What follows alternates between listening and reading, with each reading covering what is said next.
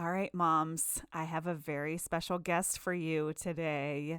My friend Gloria is going to be joining us here on the Messy Success podcast. Gloria and I met in Sedona at a really special mastermind experience with James Wedmore, who is our coach. And it was a really small group of us, I think less than 10. And we got to spend 2 days in Sedona masterminding, doing all the things. It was so wonderful. And of course, I met so many people, Gloria being one of them. I feel like we are going to be lifelong entrepreneur friends, but Gloria has a superpower. She is a life coach dedicated to assisting moms overcome postpartum depression and find happiness in motherhood. She has experienced postpartum depression herself 7 times. Yes, you heard that correct.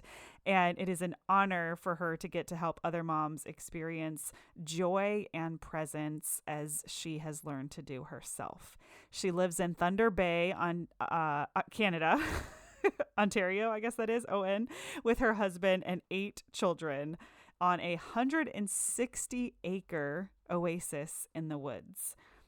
In her free time, she loves hiking by Lake Superior, dreaming about her log cabin and reading books with her kids and just soaking in silence. I love watching her on Instagram because she's always got like beautiful landscapes in the background and just such an outdoorsy feel. It's so beautiful. So let's bring on Gloria and just talk about all things business and motherhood. You're going to love her.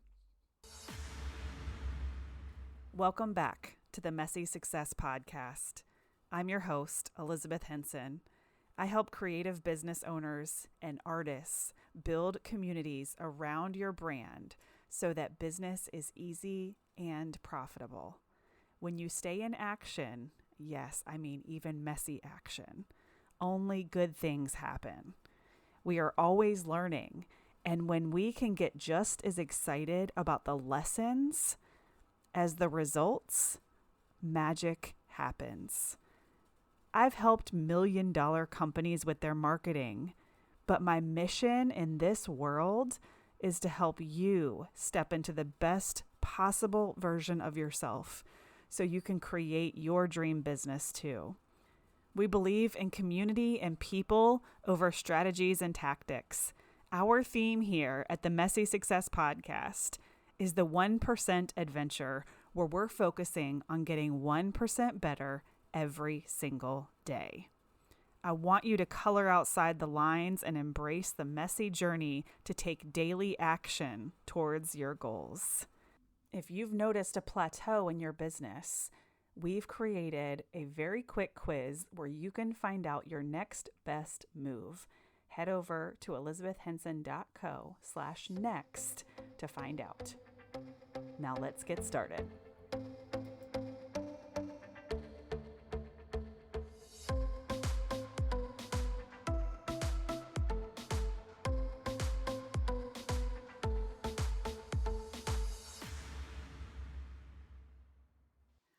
Yay! Hi, Gloria. Oh my gosh, I'm so excited to have you here today. I have told everyone all about you and how we met, but I want to hear your version and exactly what you do. My version of how we met. No, like who you are and what you do, how you help Oh, people. Sorry, I got I'm carried like, away and excited. I'm so happy you're here. I'm like, let's talk about Sedona. Like, that was amazing. I know, Um, and we're gonna get to that. I know. yeah. But hi, I am so happy to be here. Liz is an amazing human that I love to connect with. It's an honor to get to chat with you and meet your audience in this way. I am Gloria Niemi. I am a mom of eight children. 8. You guys heard Pretty, that right. 8. yeah, it's like I was actually just thinking about it last night that it is such a gift that I get to birth these 8 children into this world.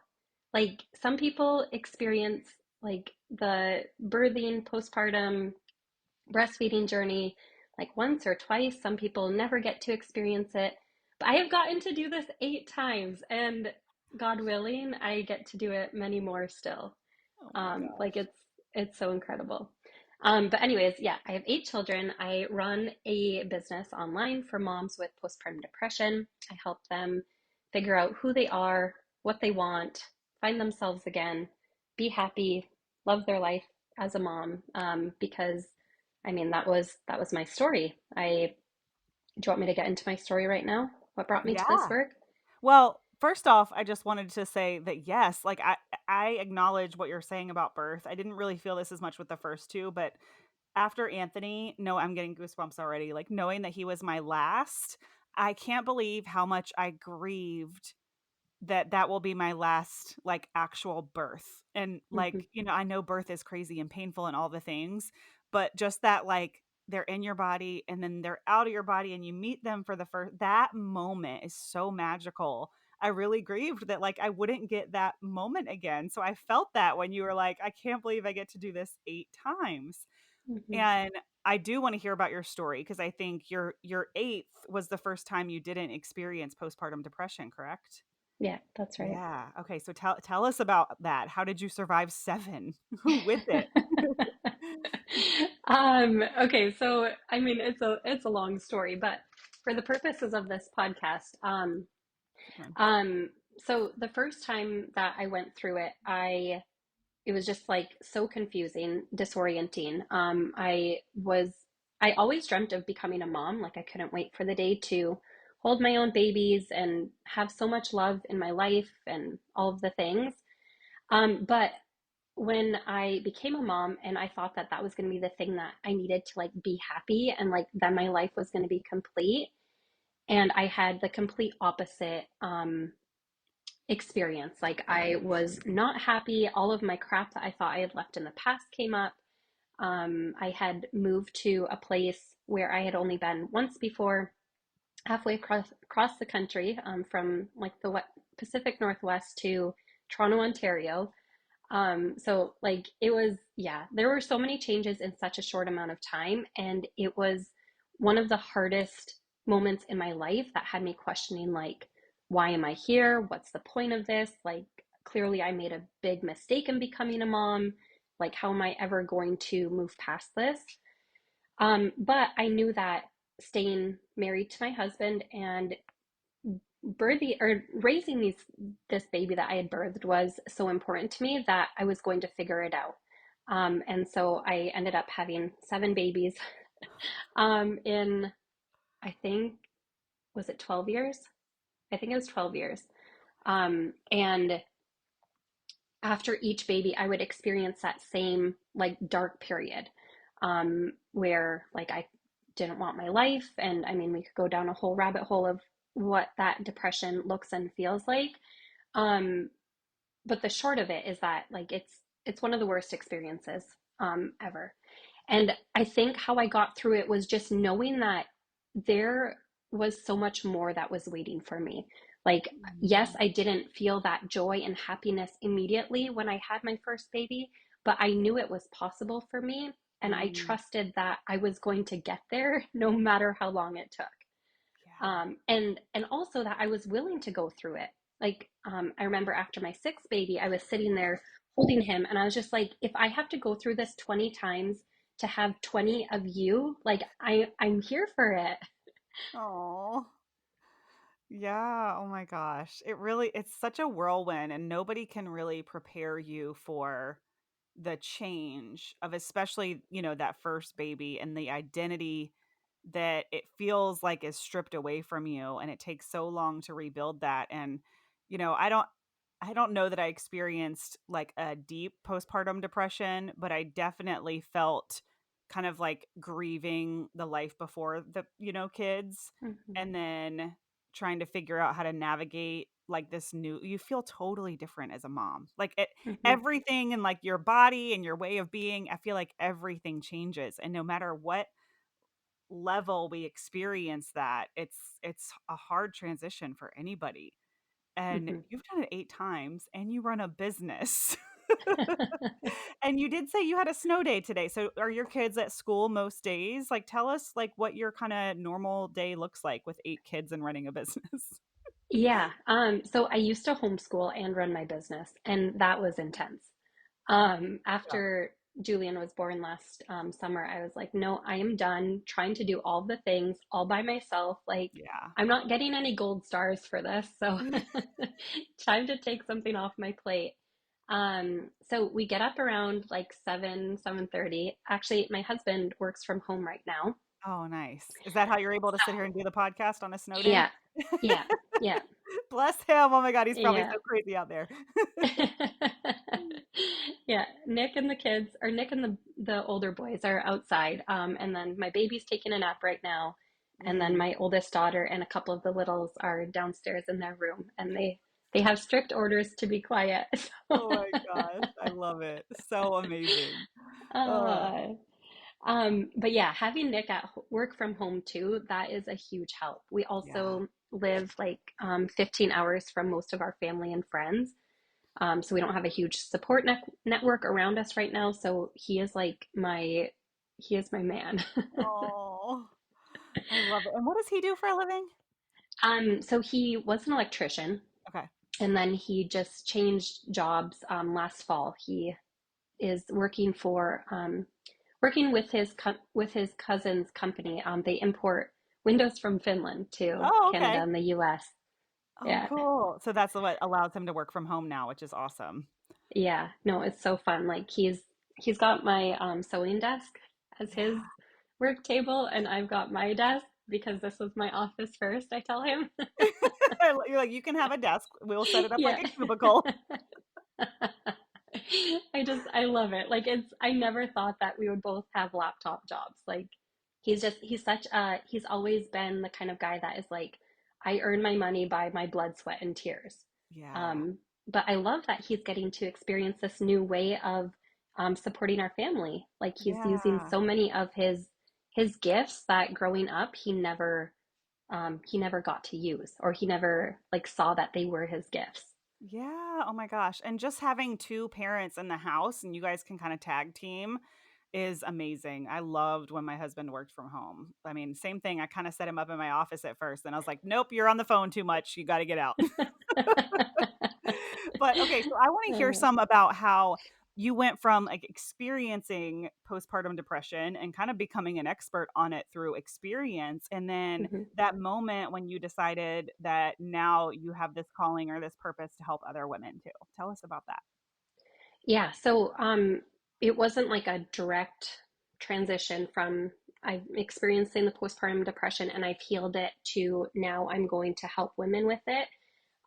I started my business after my fifth was born, so I still had two more rounds of postpartum depression.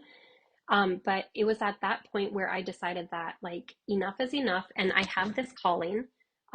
I know that I want to both figure out how I'm going to do it myself, but also help other women at the same time.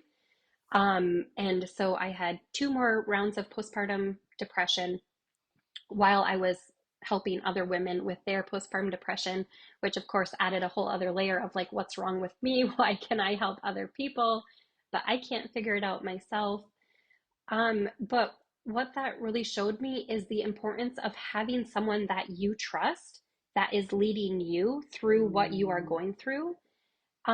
Like I still didn't have that person in my life who was telling me that like, okay, this is how you do it. Um, so after baby number seven, or when I started expecting baby number eight, I I knew that there was still a piece that was missing for me. mhm. And then one of my friends recommended one of her friends who was helping women do some really deep healing work. And it was in that moment of working with her that I uncovered some things from my past that I had no idea had ever happened. Um, and like I never would have been able to get there on my own because because our because my brain is so good at protecting me. Like our Mm, brains are wired for survival, and I wouldn't have been able to hold that space required for me to actually allow that memory to come up and to release it. I don't remember where I was going with that tangent, but yeah. that Well, do you see that a lot? I'll interrupt the tangent with a question. Do you see yeah. that a lot in the women that you work with, that Mm-hmm. sometimes the harder or more intense postpartum is, or more frequent, that sometimes, I mean, we've all got past things that we've repressed, but do you see a Mhm. common trend in the women that you're helping that some of them also have these like unhealed parts? Oh, for sure. Yeah. And what I find is that the ones that aren't so like dramatic, like when someone has been like raped or been through physical abuse or like something that is very clearly like wrong, like not okay, Like bigger T it trauma. yeah, Yeah. that's when they're like, okay, I need help. I mean, of course, Yeah. there are people who experience those things who don't get help too. But what I find with my clients who experience postpartum depression and they're like, I have no idea why I'm feeling like this, I don't know what's wrong with me, it's because they have um, many subsequent smaller T traumas that they don't realize are traumas. Mm. They are dismissing, like emotional neglect is a big piece that I work on with my clients, where as a child their emotional needs were not met. But because of the family dynamic, they didn't realize that it was okay to have those needs. They label them as needy or too dramatic or too sensitive or whatever. And so when we can meet those emotional needs, the postpartum depression goes away. Wow. So it's like you actually have figured out like a formula or like a process that can help women through this. Yeah, that's Wow. why I'm here on this planet at this time. You make it sound so easy. Like you're like, yes.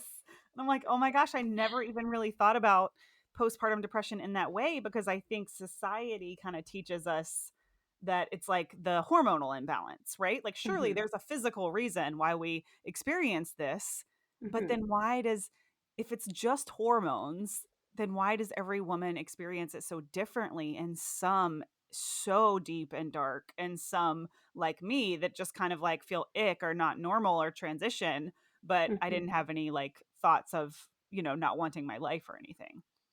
Totally. Well, maybe like not wanting to be in my home at this moment, but there's definitely been days where I'm like, I gotta get out of here.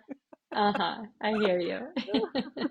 But that's when you just go. Like that's Yeah. when you go get a reset and then you come back and you're like, let's do this. Yes. My husband Yeah. came home the other day and I was like, I haven't left the house in 2 days. I'm gonna go run an errand Mhm. and, whatever, go see a friend.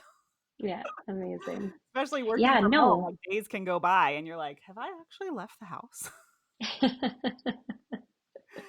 Oh my gosh. Uh, but So yeah, and crazy. women who have experienced emotional neglect or who are going through postpartum depression don't have that ability to see that that's what they need or to actually take the steps to get what they need. Yeah. Okay, so tell us what would be like some of the patterns or signs of someone who experienced that emotional neglect either as a kid or maybe in their relationships.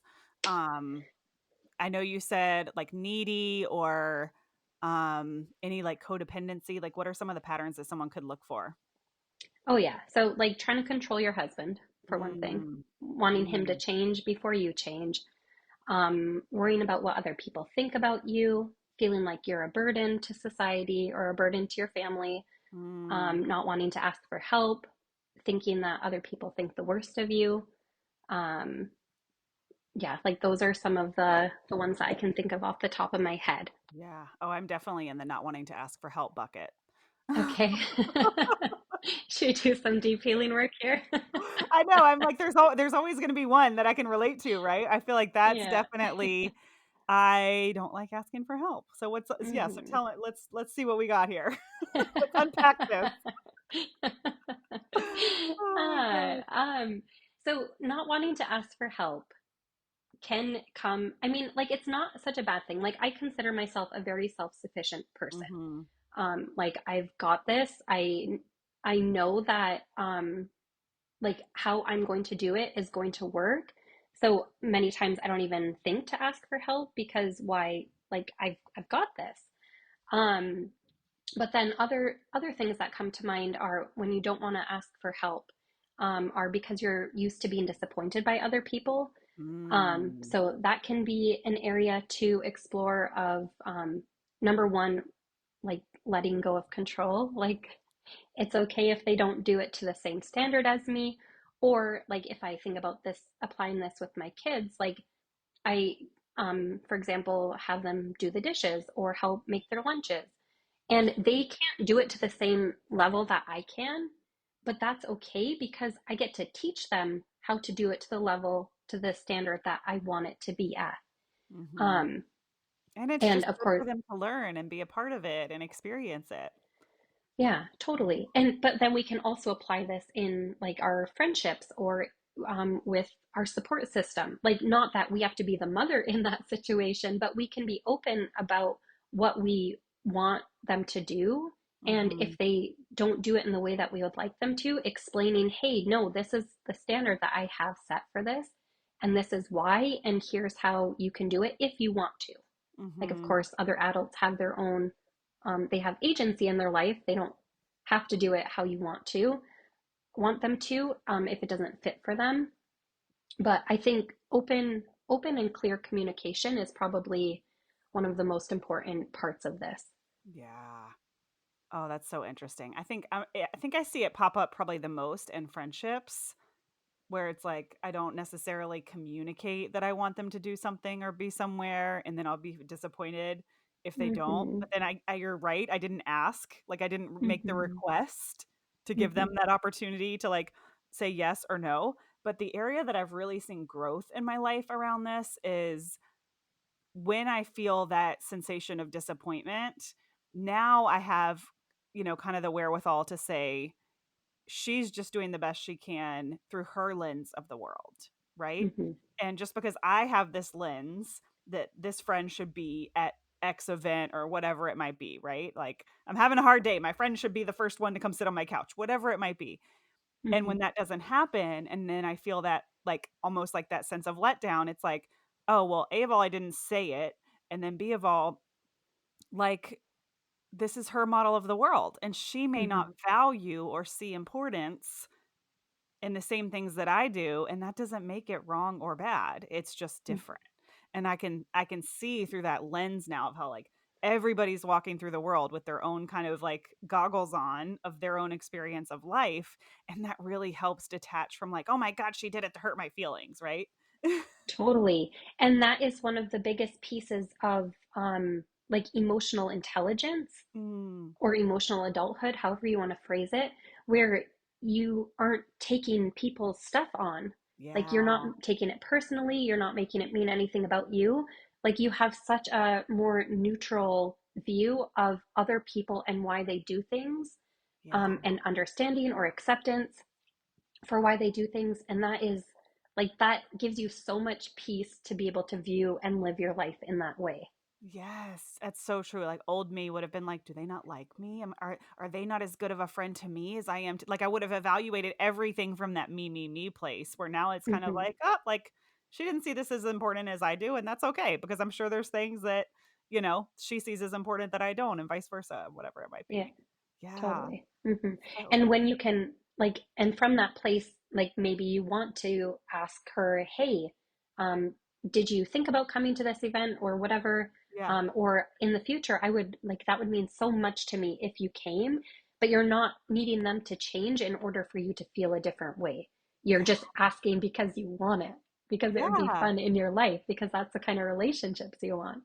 Yes, yes, yes. I know that communication. It's like communicate, but also detachment, right? Like I'm going to Yeah. communicate this because I'm excited and it would be so cool, but it's totally fine. Like I'm such a low maintenance friend, right? And I truly Yeah. am. I think probably because Yeah. I've done a lot of this work, but it's like, hmm man, you see either young girls or kind of like unhealed women that just get in this like high, I want to say like intense or high demand like friendship, energy.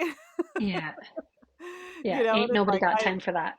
yeah, I know, but no one's got time for that. I'm sorry. Like if I forget your birthday, I promise it's not that I don't love you. It's that I'm hmm juggling so many balls in the air right now and gifts aren't my love language. Yeah, There's that totally. whole piece too, right?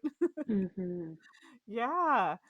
Okay, so tell us like how we can take a really tangible example like that and then relate it to what women are going through in this postpartum stage where there are, hormones that play a factor. Is this big life transition, but what are like how do you see that present or what are ways that they can maybe practice detachment or something similar. Yeah. So, how I like to describe it is during postpartum, especially if you have unhealed things from your past, it's like your survival brain hijacks you. Like you are not Mm. acting on your A game. You don't feel like yourself. You are way more sensitive to what other people think or afraid to be vulnerable, to open yourself up. You're much more likely to put guards up. And in this kind of a situation where you notice that you aren't able to ask for help or you're worried about what someone thinks about you, feeling insecure in a friendship or something, um, like the number one place to start, probably that I would recommend, is just acknowledging that this is where you're at. Like Mm. when you can meet yourself at that level, it is going to heal something inside of you that will then, like once you're out of the postpartum hormonal hijacked period of your life, you are going to have a deeper level of relationship and connection with yourself that is going to amplify your ability to be yourself in all of the areas of your life. So just acknowledging that, hey, right now I am feeling like my friend doesn't care about me, and it really hurts. Um, I mean, if you want to do some digging from that, like you can go to a place of when's the first time that I remember feeling this way? What does this feeling feel like in my body? Am I willing to allow this sensation to be here, um, and not judge it, not resist it or push it away, but just let it, like, welcome it in and Mm. then move forward from there. Yeah. Oh my gosh, you literally brought me back to a memory of like being a kid and getting left out by my friends. Oh my God. Totally. I You know. just took And me on that see, journey without even realizing it. I was like, "Whoa, that just popped up. That popped up for a reason, I'm sure." Like I need to go spend some time with that memory and explore it and see what type of patterns it continued, to reappear, not necessarily with like something that somebody did to me, but my reactions to certain things or whatever it might be. mhm. And I Yeah, love it's the way you said like hijacks your brain went into safety mode to the point where it was hijacked. That was a mhm. really cool way that I've never actually heard that explained. And I'm so curious if there's something just instinctually as humans that happens to us as women when we have our babies, because not only are we protecting ourselves, but we're protecting ourselves to a different extent because we have to protect the baby. Mhm. Yeah. Yeah, like I don't have all of the science and data behind, but there for sure are studies that people can go Google if you want Yeah. to learn more about it. But your brain literally changes when you become a mom. I think that's why so many moms are also incredible business owners, is because your intuition is on a whole other Mm. level than you were as a teenager. Like you've done inner work, you like in order to birth babies and raise babies, you have to do a level of self work that um, surpasses no other, Yes. um, or surpasses all other, whatever the phrase is. Um, I forget where I was going with that though. It's Um, like the brain fog is what most people call it, right? When you're pregnant, you have the brain fog. Postpartum, you have the fog. But I think it's like you said, because the brain chemistry is actually changing. yeah. Okay. So what comes up from there is confusion. Like Mm. confusion feels like brain fog. Mhm. And confusion is actually a sign that change is happening. Mhm. Like a lot of people think that being confused is a bad thing, like you're supposed to be clear and know exactly what the answer is. But that always comes on the other side of the brain fog, on the other side Yeah. of confusion. Yeah. So, of course, like, I mean, diet plays a role in feeling brain fog. Your lack of sleep plays a role in having brain fog. But also, there is an energetic component to the physical symptoms that you are feeling during postpartum. Mm. And that is definitely not something to overlook. Yeah. That's the second time that has come up recently about confusion and how it's a good thing. That's such a beautiful way to embrace something that can feel kind of uncomfortable, is to know that it means we're learning something new, change is coming. kind of that like getting outside our comfort zone, because people are like, oh my God, I need clarity. I need clarity. And sometimes it's like, no, I just surrender my energy to this, and there's going to be something on the other side. I love that. Totally. And I'm laughing because I have been in that confusion brain fog.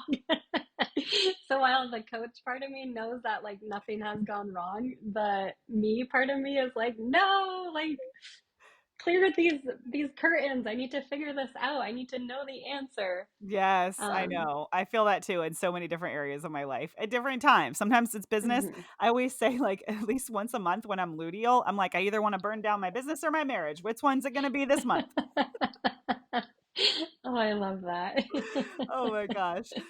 Okay, so tell Uh, us, like, what would you say to the woman who's in the trenches of postpartum? They can't think as clearly as you and I are right now in this moment, right? We may not be a 10 out of 10 today, but we're definitely probably a 7 or an 8, right? Whereas someone, mhm. in that thick of the dark place of postpartum, what would be like some of the steps that you would have them take right away? The first thing that comes to mind is get help. Like Mm, the main thing that you need in that moment is a new perspective mm, and another person, whether it's your husband, a good friend, your mother, your mother-in-law, sister-in-law, therapist, coach, whoever you trust enough to open up about how you are feeling right now is probably the first thing. I mean, for so many reasons. They have a different perspective than you. Um, Opening up inside of a relationship and showing them that you trust them, being vulnerable and receiving the love that they and support that they are going to give you. Like, there's so many reasons that that's the first thing that I recommend. But that new perspective can help you remember that while what you are feeling is so hard and heavy and feels like a life sentence, it is not. It is one mm, moment in time and you will get through it. yeah. Um, are you fine if I expand on some other ways to get Yeah, new yeah, yeah. Keep perspective? going. Yeah. So like getting outside for a walk, just moving your body. Like a lot of postpartum depression is related to freeze mode, if you're familiar with the nervous system. Um, and the best way to get out of freeze mode is literally just moving, like even moving your fingers if that's all you've got, wiggling your wrists, like getting that movement because that is going to shift your energy. Of course, like a bigger movement, like taking a yoga class or going for a walk or working out or having sex or something to move your body, that is going to have a bigger shift on your energetic state. But if all you've got is to wiggle your toes while you're sitting on the couch, like that is enough to start things shifting.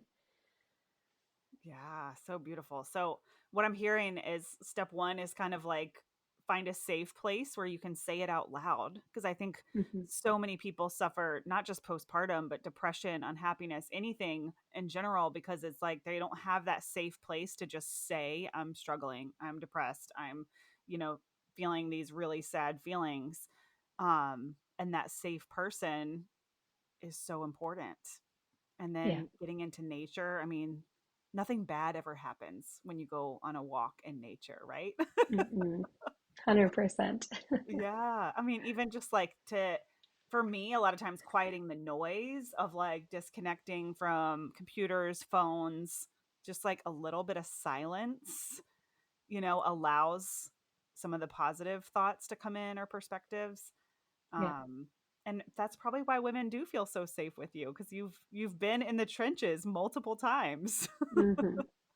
It's a little different than a husband that might not understand, or a best friend that Yeah. hasn't had a child yet. Totally. Yeah. Yeah, and that's why like it's also so important to have people on both sides of the spectrum. People who don't understand you, but they still love you Yeah. because just because they don't understand you doesn't mean that they don't love you, which is a thought pattern that can come up during postpartum depression. But also having someone who gets it. Like they know what it's like. They've been there, they've done that, and they know that that is not the truth of your life, that you can get past that. You need all of those kind of different supports. Yeah. I know for me in particular, I think something that really made the difference was letting my husband feed the babies, right? Like I pumped primarily with my first two. Anthony, I did breastfeed, but it was the tether. It wasn't breastfeeding that I really had an issue with. It was the tether and like hearing all these other moms say how they can't leave the house because they're breastfeeding. Their baby won't take a bottle, all the things. And I needed to be able to leave the house, go on a walk, go be with friends. It was like just knowing that there wasn't that physical tether of like not being able to leave my child. And I think that's probably one of the reasons that I did kind of come out of it mentally in a better place, because for me that was like one of the things that really I struggled with was like if I'm the only person that can feed this child, like that felt really Mhm. like being stuck in a box to me. Yeah, totally. And so that's amazing that you were able to, like, you had that support, Mhm. um, so that you didn't have to feel like you're being stuck in a box. Yeah, but that came with a lot of, like, guilt and shame too, right? Like, Mm, the hmm. moms that the breastfeeding is, like, the gold star and, "Oh, don't give your baby a," I mean, like, all the things that just come in all directions, it's, like, so not good for you, Hmm. right? Like, and there was a lot of guilt and shame, like, "Oh, am I as good of a mom because I'm going out to work 8 hours and I'm only 3 weeks postpartum?" And, some women can't do that after 2 years. Totally. And do you know what? Like, I could go on a whole tangent on this, like how much judgment we have for other moms. Mm, And it's so crap that it's not even funny. Like, it needs to go. yes. Um, and the reason that we judge other, like the level that we judge other people is because of the level of judgment that we have for ourselves, but we just project that outwards.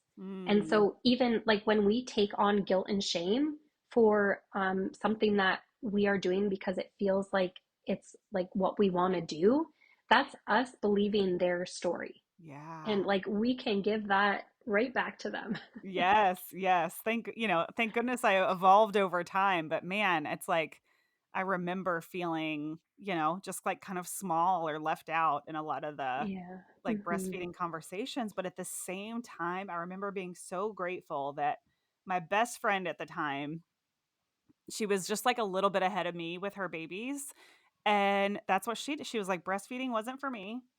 I'm completely fine with pumping. My kids got breast milk. I pumped, and it was almost like she gave me permission to like try it that way. Hmm. And I was like so happy doing it. And I was like, gosh, like imagine if she had been one of those like you have to do it this way kind of people. Yep. But like you said, with perspectives, she introduced a fresh perspective. I admired her as a mom so much. It like was that permission slip. Totally. Yeah. Yeah, I had a similar experience. My my last baby, one of my sister-in-laws had her first baby around the same time as my number eight, and she couldn't breastfeed, and she pumped, and they came over here for Thanksgiving that year, and she was just pumping in the living room and doing her thing, and her baby's just like the cutest, chubbiest little chunk of munk that there is. But growing up, I always thought you have to breastfeed. Like, that's the only way. And even if your baby is small, like, you don't give them formula because your milk should be enough. And feelings of inadequacy because my milk wasn't as fat and creamy as other moms. But when my sister-in-law came over and she was doing her thing and like vibing and thriving, and Yeah. it was like, oh, like that, yeah, same thing. That was a permission slip to me to begin pumping and increasing my milk supply. And now Julian takes a bottle and I can go to like BBD Live and next level Yeah. events. And like it's so amazing um, to have what you want, do things in the way that you want, and get different ideas and inspiration from other moms and how they're doing things instead of sitting there judging them or gossiping about them or feeling inadequate as a mom yourself. Like, I Yeah. don't know. I think that's what we need more of in this world. Yeah, and just, like, understanding for me, I really valued like, I want their grandparents to be able to feed them. I want my husband to be able to do some of the night feedings, and, to me, that was special that my mom could come over and watch the baby and have everything she needed to feed the baby, and I didn't have to, like, drive home from work to go breastfeed or something, like, that was really, really Hmm. special to me that I could share that responsibility. Hmm. Um Yeah. I mean, we're so lucky we have family like so close. I know you said you don't have family close, so I don't want to give you FOMO of that. We are so lucky we've had a village to raise Hmm. our babies. Okay, and That another is a thing that gift. I love that you said for the women that are in the trenches, postpartum, any kind of depression, even if you're just an entrepreneur listening and you're like, this shit feels hard today, when you said that fresh perspective, like sometimes if we can just say, where can I go or who can I go to that will breathe a new perspective into me that I can't see for myself in this moment. And I think that's like an action that people can take and really hold on to. Hmm. I love it. Yeah. Yeah. And that, like, that support that you talked about with your family being close by, like, if you have that, amazing. If you don't, like, you can go find it. Like, you Yeah. can join a support group. You can call a friend, invite them over, like, call a friend that lives on the other side of the world. Like, that, having that support and bringing in that that connection is, I think, our job to make it happen instead of waiting for other people to reach out. Absolutely. I mean, I don't have a crystal ball, but I would put money on it that had I not had so much support, I would have been really probably severely postpartum depressed Hmm. because I Hmm. just was so blessed that I could take breaks when I needed to. I had so many people coming by to help, which sometimes is a little bit much, right? Like the first week you're home, you're like, can we just wait a week till my boobs aren't out 24/7 for like people to come Totally. visit? But in all Totally. seriousness, we had so much help, and I know that's one of the things that helped keep me sane and healthy. But I have said multiple times, if we hadn't had that, like I would be hiring a mother's helper, a teenage neighbor, some there would have been a human being like helping me Hmm. because I couldn't do it alone. Hmm. I'm like, I know that's not empowering to say, but Gloria, I couldn't do it alone. No, no, we are not meant to do it alone. Like, Yeah. that's the thing. Like, Yeah. we need that inner support and, like, self-sufficiency, or like that level of relationship with yourself where you know, like, you've got your own back. But that is not the same thing as not needing anyone. Like, Yeah. needing people and being open to um, external support is not a sign of weakness. I believe that that is a true sign of strength. Yes, that's so beautiful and so well said. And it's that feeling of I know I can do this alone, but I don't want to and I don't have to. Hmm. Yeah. That's it. Yeah. Because I mean, really, if it comes down to it, like our crazy motherly instincts would kick in and we can do anything we have to do for our kids. But Hmm. yeah, when you're in a dark place, you do not want to be alone. No. Yeah. Okay. Anything else that you want to leave people with or golden nuggets? I can tell by the way that you speak how much work that you've done to learn all of these things. Um, Feel free to share a little bit about that. Like, how did you become such a wealth of knowledge? I mean, anyone going through 8 postpartums is going to be a wealth of experience. Oh my gosh, I love it. Ah, And um, did you find that like having a therapist helped you? Like, what helped you the most that you couldn't just do by yourself? yeah. So, since I have always been so aware of my own emotions and feelings and thoughts and why I do the things that I do, it took me until after my fifth to actually reach out for help. No, that's Mm, a lie. I did a couple sessions here and there, but never anything long term. But after my fifth, that was when I hired my first coach. And then I have worked with either a coach or a therapist since then. So that's whatever, 7 years. yeah. Um, Maybe there's been a month or two in there that I haven't worked with someone.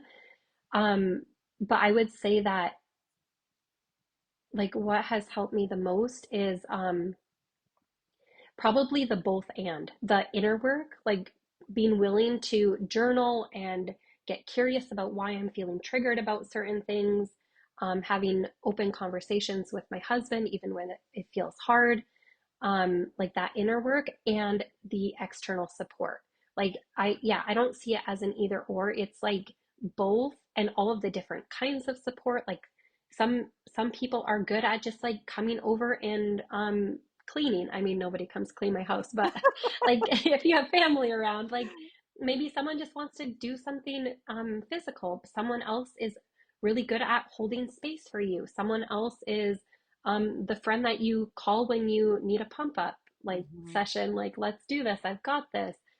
Like it's when we can view our support system in all of that, like those different dynamics, like that's when you live the best life. Like I feel like that's probably what has helped me the most. I love that you said that it's an and because we can hire all the expensive coaches and counselors and therapists in the world, but if we're not doing the inner work, we're going to Mhm. miss so much of the possibility with that.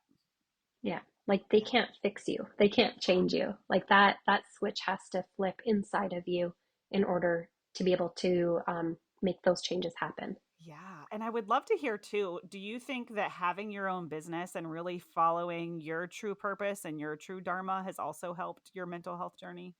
100,000%. Yeah. Oh, I already know the answer to that, but I feel like we just have to say it out loud because that's like just so that lights me up more than anything to see women pursue and seek and find that like true passion, you know? Oh, totally. Yeah. Like having, I, for my clients, I call this having your dream. Like Yeah. when you know who you are and why you're here, and you have something to pour your heart and soul into, whether it's your family or a business or a hobby or a relationship or charity or like whatever lights you up, like that is one of the best things that can pull you out of a depression. Mm. So maybe I would change my answer.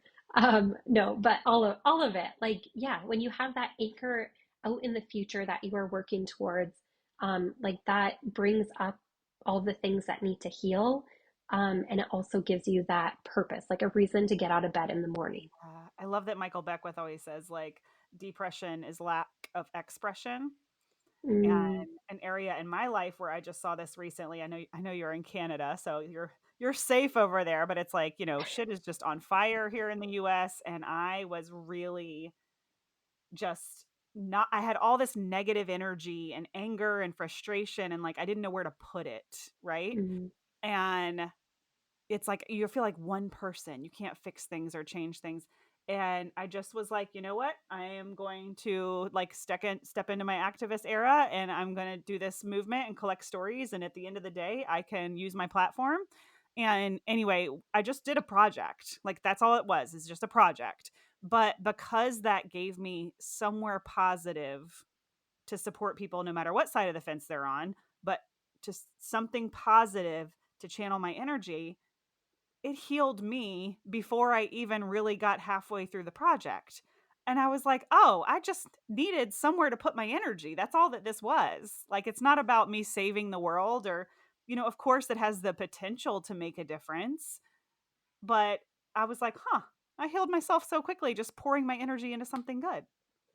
totally. Yeah, I you love know, that. isn't that Hmm. crazy? And I feel like that's kind of what you're saying. It's the same thing of like when we can wake up in the morning for something bigger than us, Hmm.